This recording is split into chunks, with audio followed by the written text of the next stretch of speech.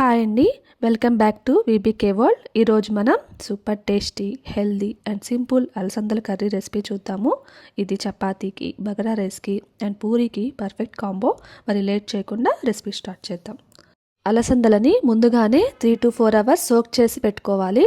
వీటిని కుక్కర్లో వేసి దీంట్లోనే కొంచెం వాటర్, ఉప్పు, పసుపు, కొంచెం ఆయిల్ కూడా వేసి మూత పెట్టి 3 to 4 విజిల్స్ వచ్చే వరకు వెయిట్ చేయండి.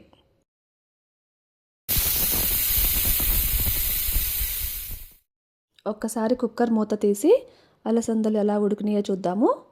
చూడండి, ఈ విధంగా ప్రెస్ చేస్తే ఇలా మెత్తగా ఉండాలి, అప్పుడే బాగుంటుంది. ఇప్పుడు పొయ్యి మీద కడాయి పెట్టుకొని దాంట్లో కొంచెం ఆయిల్, కొంచెం నెయ్యి కూడా వేయండి, టేస్ట్ బాగుంటుంది. ఈ ఆయిల్ కొంచెం కాగాక దీంట్లో జీలకర్ర, ఆవాలు వేసి కొంచెం వేగనివ్వండి.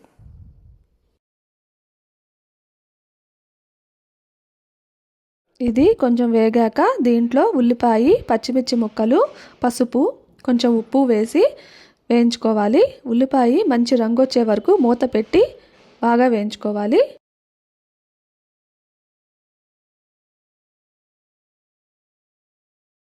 కర్రీ కోసం మసాలా ప్రిపేర్ చేసుకుందాము. జార్లో టమాటా ముక్కలు, అల్లం ముక్కలు, వెల్లుల్లి రెబ్బలు, కొంచెం చెక్క, 4 లవంగాలు, కొబ్బరి ముక్కలు, కొంచెం జీడిపప్పు వేసి మెత్తటి పేస్ట్ ఈ విధంగా చేసుకోవాలి. ఇప్పుడు ఉల్లిపాయ వేగాయో లేదో చూద్దామండి. చూడండి ఎంత చక్కగా వేగాయో. ఇలా ఎర్రగా వచ్చే వరకు ఉల్లిపాయను వేయించుకోవాలి, అప్పుడే కర్రీ చాలా బాగుంటుంది. ఇందులో ముందుగా మనం ప్రిపేర్ చేసుకున్న మసాలాని వేసి ఇలా ఒక్కసారి కలుపుకొని మూత పెట్టి నూనె పైకి తేలే వరకు బాగా వేగనివ్వండి. చూడండి, ఇలా నూనె పైకి తేలితే ఇలా టమాటా పచ్చివాసన రాకుండా కర్రీ చాలా టేస్టీగా ఉంటుంది. దీంట్లో కారం, ధనియాల పొడి, జీలకర్ర పొడి, కొంచెం ఉప్పు వేసి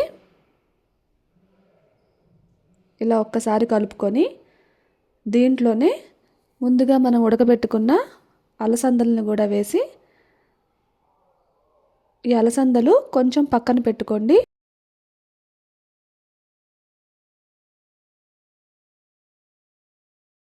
పక్కన పెట్టుకున్న అలసందలని మిక్సీలో వేసి ఈ విధంగా పేస్ట్ లాగా చేసి కర్రీలో వేయండి, గ్రేవీ టేస్టీగా ఉంటుంది. ఇప్పుడు ఒకసారి ఈ విధంగా కలుపుకొని మూత పెట్టి కాసేపు ఉడకనివ్వండి. చూడండి, ఈ విధంగా నూనె పైకి తేలే వరకు ఉడికించుకున్నాక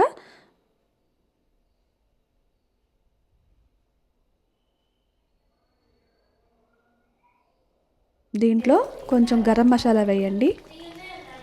ఒక్కసారి కలుపుకొని